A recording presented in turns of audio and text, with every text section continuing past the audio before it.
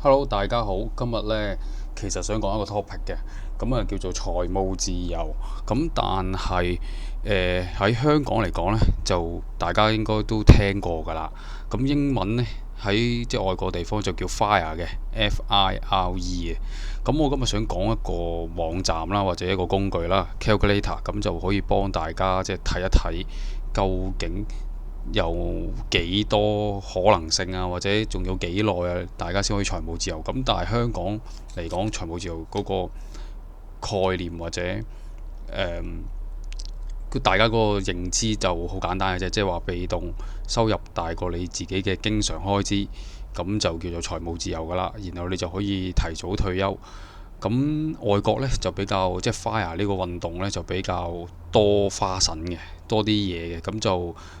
可能香港就少見啲談論咁啊，多數都淨係話教大家點樣可能投資幾多幾多，跟住就可以幾時就唔使做啦。會咁樣樣有提過呢啲嘢嘅。實際其實好多都係叫你上堂啊，跟住就學佢哋點樣揀股啊各樣嘅。我想介紹呢個呢網站，今日就俾大家睇下佢有啲唔同嘅款嘅 FIRE 嘅概念嘅。最簡單頭先就講咗第一款啦。第二款、第三款係咩嚟呢？特別想講下呢。譬如今日呢個呢 Barista FIRE 嘅 Calculator 呢，佢呢個概念係乜嘢呢？就係如果你想去到某個位呢，你就唔想再做份正職，但係你又唔介意做兼職嘅喎。但係你想計下我嗰個即係個收入啊、各樣啊支出，我去到某個位，去到邊個位我可以就唔使再做正職啦，但我又接受到做兼職呢，即係又有呢啲咁嘅變化花款。另外一隻又叫做 Close Fire 啦，呢隻就係好得意嘅，佢就係叫做財務自由，但係你就冇提早退休到嘅，因為頭先外國嗰個概念就係話你 financial independence 啦，就係財務自由咗啦。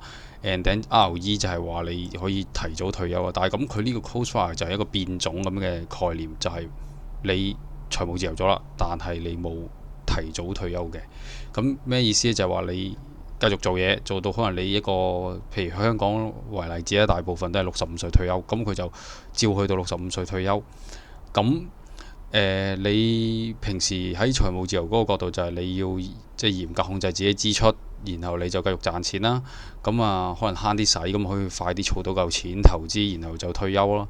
但係佢呢個概念 Close Fire 個概念就係話，你而家想計一條數，睇下自己退休之後，即係65歲打後，可唔可以即係譬如就唔使再為退休煩惱啦。香港人得 MPF 啊，或者有啲公司有退休金啊之類啦。但係如果你冇嘅，我65歲之後，我想總之一定就生活無憂㗎啦，我唔使愁啊，唔使驚啊。係咪又要走去到時即係個晚年好難過啊，過唔到啊咁樣之類，即係呢啲。點樣可以計到條數呢？就係呢個就講咗啦。佢嘅特別就係你可能都係繼續做嘢嘅，做到65歲，你唔介意。譬如你做嗰份工你自己好 OK 嘅，你唔使提早退休嘅。但係我想知道自己65歲之後生活無憂，然後我而家喺呢個情況底下，我又唔使特別好慳咁樣去使錢嘅。即係我知道原來我65歲之後根本係夠錢使嘅。我由而家開始做嘢，去到65歲之前，我其實唔使特別慳啦。我想使，即係佢嘅宗旨就係我想即係有幾多錢我咪照使咯，係咪？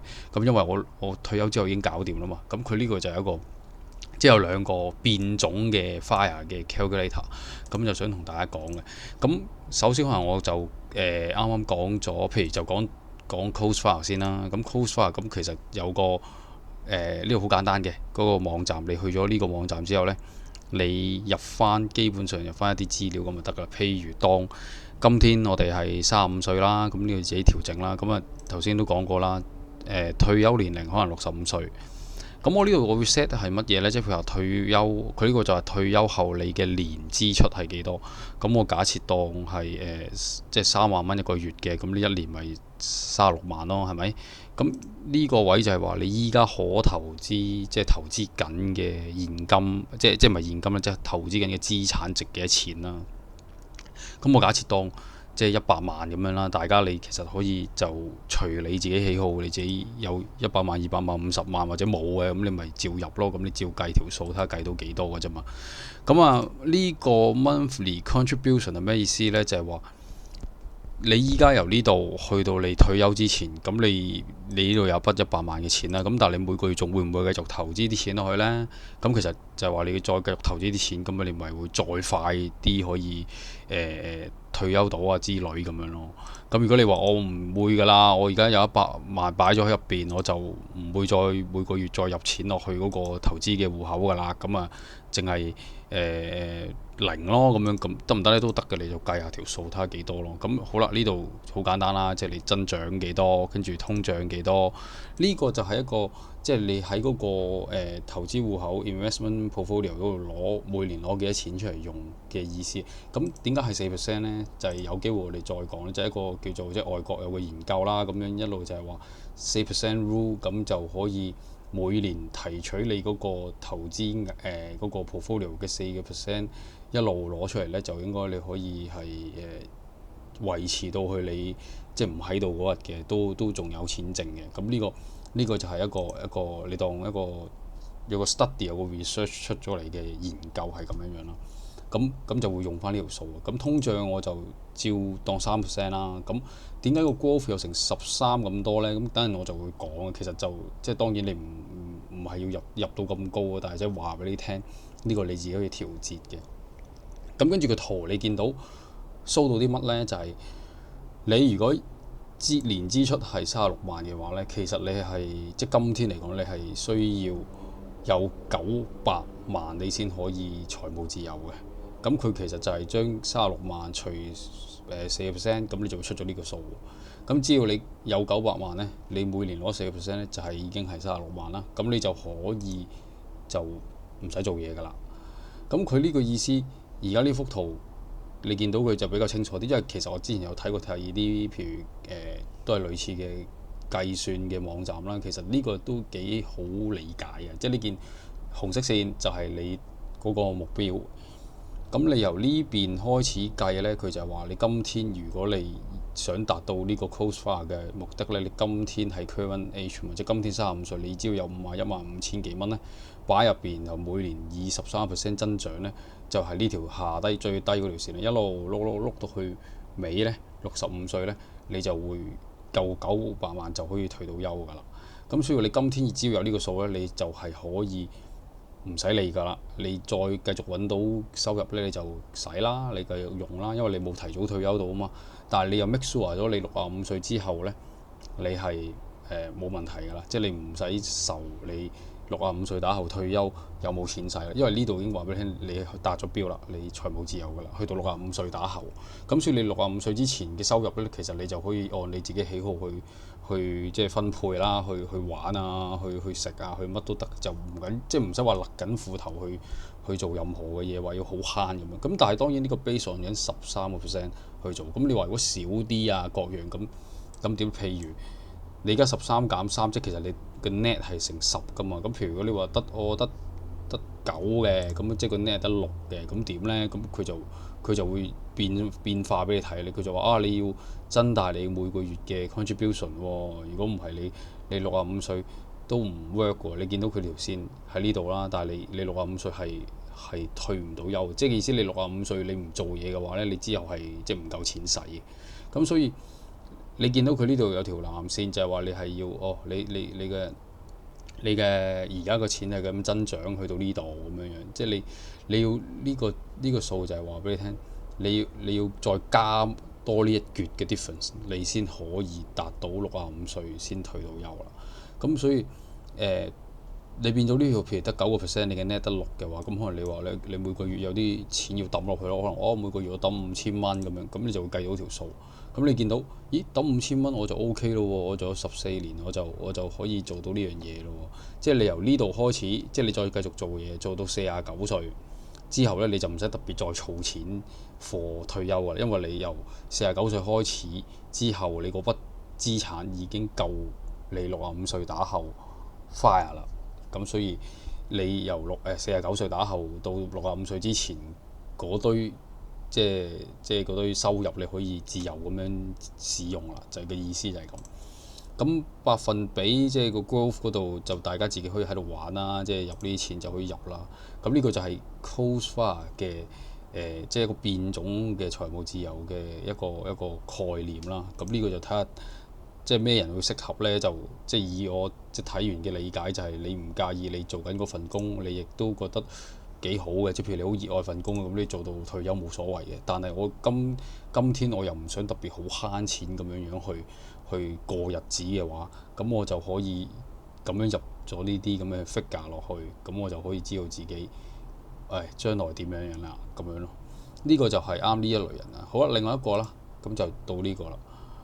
咁其實即係佢個名就係話咖啡師嘅 fire 咁樣啦。即係其實佢係一個概念，就係你對正職可能係唔想做嘅，唔中意，但係其實你又唔介意返一堆兼職嘅。即係其實你唔一定係要即係財務自由退休之後就乜都唔做嘅。你係想我做第二啲嘢，返 part time 啊，打下散工啊，或者做一啲自己中意做嘅嘢。佢呢度講嘅咖啡師可能就係即係外國咁樣，可能就做下沖咖啡咁，可能錢唔係特別多，但可能自己 OK 啊、舒適啊咁樣，所以佢就有一個咁嘅變種。咁一樣啦，大家都可以入翻呢堆數啦。我就當即係又係35歲啦，跟住佢呢個就比較特別，佢就問你即係年收入幾多。咁我當一個家庭嘅收入有可能有4萬蚊一個月度啦。咁你一年就48啦。咁年支出照翻一樣啦，36萬啦，即係每個月3萬蚊啦。咁又係一樣有100萬嘅投資額喺度啦，即係你嘅資產有100萬啦。咁譬如你想去到佢就問你啦，即係想去到邊個年齡你就唔再做正職啦，但係你接受到翻 part time 嘅。咁我就譬如當入10年後啦，咁你45歲啦。咁你45歲，你個年支出，你個年支出係幾多呢？可能你都係我 set 翻就照舊啦，都係36萬啦一年。咁跟住佢亦都會問你啦，即係當你達到咗呢個 barista fire 嘅年齡之後，你仲有每個月有幾多 income？即係你45歲打後，你仲有幾多 income 會入到去呢？咁我而家都要 set 住個零，咁大家睇到個變化嘛。咁啊一樣，即係你見到13減3就攞個 net 數就10% 咁樣啦。個 net 數係10%啦，每年增長。咁你見到佢呢度就話俾你聽，如果你喺45歲就開始唔返正職，返 part time 嘅話，咁你係去到62歲呢，即係呢個位呢，就會達標啦。達標即係你62歲之後，你就可以完全乜都唔使做，正式財務自由啦，所謂嘅。咁但係佢亦都有話俾你聽，如果你喺一路做嘢一路做，咁你就唔返，即係你唔轉做 part time，你一路返住你嘅正職，其實你去到50歲呢，即係呢度呢，咁你就已經真正可以財務自由㗎啦。咁其實佢就俾咗個選擇你，就係話如果我想早啲唔做正職，咁我就遲啲財務自由。但係我呢度前邊嗰啲年份，我就可能自己個身，即係個人可以輕鬆啲啊，冇咁大壓力啊。即係唔返正職嘅話，即係可能自己時間多咗，即係 whatever 做一啲自己中意做嘅嘢之類咁樣。咁所以就話，咁你做自己中意做嘅嘢之餘，可能你又有啲即係返一啲工咁樣，即係散工或者好 part time 好自己中意做嘅嘢。可能你真係沖咖啡，開咗間鋪頭沖咖啡，咁你都有錢啊，或者自己中意咁過得舒服，咁你咪 OK 咯。咁但係你見而家呢個 income 係零㗎嘛，咁佢就去到你都要成50歲先可以完全唔使做，或者如果你一路返緊嘢呢，即係返緊啲 part time，你就去到62歲。咁當然你話呢度我而家譬如每個月我都揾到成萬蚊㗎喎，我唔返正職我都揾到成萬蚊。咁你就會睇到45歲開始返 part time，咁你去到56歲你都完全財務自由㗎啦。咁呢度一樣照舊啦，即係你去到50歲你就可以唔使再做啦咁樣。即係呢度個變化嘅，自己可以喐嘅。咁你話少啲，咁你5000，咁啊每個月得5000，咁可能都冇問題。即係呢度你有一個概念，即係 visualize 咗自己可以睇到，咁就即係可能俾到啲朋友睇到，究竟我好似一路咁樣做嘢，做到幾時先唔使做呢？其實即係有啲 figure 可以計到出嚟，咁你就會自己知嘅。咁呢度其實佢下低都有即係簡介下點樣用呢個計數機啦。咁 inflation 嗰啲嘢佢都話已經即係 build in 咗係計埋落去㗎啦。咁所以大家就可以試下呢兩個計數機去即係計一計自己嗰個目前嘅情況。咁頭先有講過啦，咁個 growth 你覺得哇呢度13減3 10%，每年要有10%喎，唔係咁易嘅喎。咁呢個正正就係想跟住大落嚟講嘅嘢啦。咁可能大家見到有啲即係平時你睇一啲 YouTube 或者其他啲坊間就話，你上堂啊，所以我啲 course 咧就教你即係每年就話譬如10年內可以退到休啊，咁啊你每個年有15%嘅複息即係增長嘅話，你10年就得㗎啦，咁樣財務自由。咁其實點解其實你都係計出嚟？你譬如你計10%，18%減18，跟住你減咗3，即係15啦。你年回報係有成15%嘅話，咁你睇到佢呢度，即係話你原來想完全退休，係你係46歲就可以完全退休。咁你35歲、46歲，即係其實你用咗11年嘅時間。咁所以點解有啲可以講話你年回報15%，然後10年就財務自由，就其實係咁樣計出嚟嘅啫。咁大家你都就可以睇到個數。咁有冇即係比較好似15% 呢啲 up 嘅啫，即係大家你而家 iBond 都係得2% 3%，平時啲投資你邊度去到咁高㗎？呢啲吹水嘅啫嘛，咁樣，所以其實大家降低翻少少嗰個百分比就計到條數。咁我亦都想講下，即係其實作為一個普通人，同埋我呢排即係呢近年啦，即係睇咗好多關於即係指數化投資同埋 ETF 嘅書咧。咁我都有啲嘢想即係可能分享下俾大家睇下。咁呢個呢，係一個 Vanguard 呢間公司出嘅一個 research 報告啦。咁實際佢幾時出嘅報告我就唔係好記得。咁佢呢度就好似有冇寫呢？咁咁佢唔緊要啦。即係但係佢個 period 係計緊由26年到19年嘅。咁你當可能佢都係19定20做嘅一個 research 啦。咁大家呢度睇到其實係一個咩嚟呢？就係話你個 asset allocation 嗰個分佈嘅。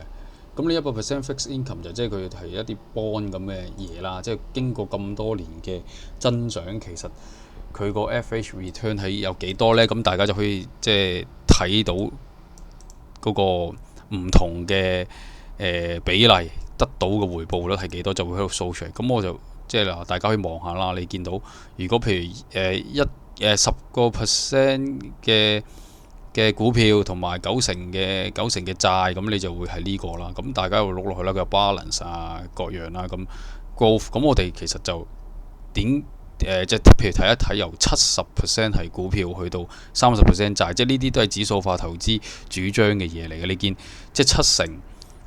配3成、8成、2成、9成就1成嘅債咁樣，跟住就可能100% 都係股。咁你就睇到其實佢個年回報係9啦至到10咁樣樣嘅。即係話其實如果你簡單一個普通人去投資一個指數化嘅組合，淨係用股債咁嘅比例去做呢，其實你買咁多年，即係長期有個 research 做俾你睇，就係你都唔使特別去揀股嘅，即係你買指數化就係一個大包圍。咁就係當然，即係近年你話即係香港人普遍就係究竟大市係跟邊個大市呢？即係你就睇下自己覺得，即係你美股嘅，咁你係S&P 500啊，定係香港就恒生指數啦。咁即係呢啲就係個大市，就睇下大家即係點樣去睇啦，係跟邊個大市？咁佢呢度講緊嘅講緊就係美國嘅大市啦。咁你而家呢度望到就係佢一個咁嘅比例就達到，即係好簡單。其實就你冇選股嘅，即係你其實用一個指數化投資就係冇咗個選股嘅風險。咁你就睇到其實9至10就唔係話真係好難達得到嘅。咁你當9嘅話，咁你攞個 net 數。咁你咪譬如12咁樣啦，12減3就9啦。咁你都可以睇到，譬如你用翻呢個計數機計，咁其實你都係去到52，你就可以財務自由。即係其實唔係話發生唔到嘅，即係唔係話好似好慘咁樣。一定要做到，即係你見可能香港好多人老人家，就算佢過咗65歲、70歲都仲喺度做緊嘢，即係咁可能當然佢有興趣做啦，但係會唔會更加多嘅其實係一個生活壓力就做唔到呢？咁樣即係唔可以停低唔做嘢呢？咁樣樣。咁當然呢個就係講緊你個即係即係即係你冇額外開支，你個固定係36萬一年咁樣樣啦。當然你話有啲人都會問，喂，咁我老咗又多病痛啊各樣啊，跟住支出又多咗，咁呢個就冇計算到去入邊嘅。咁但係呢啲就另外一個 topic 啦，即係譬如你有冇將一啲有機會突發性使多咗嘅嘢變成一個恒常嘅支出，譬如就可能用保險去幫一幫呢。咁樣呢樣就即係有機會我哋再可能拍過條片又再講下啦咁。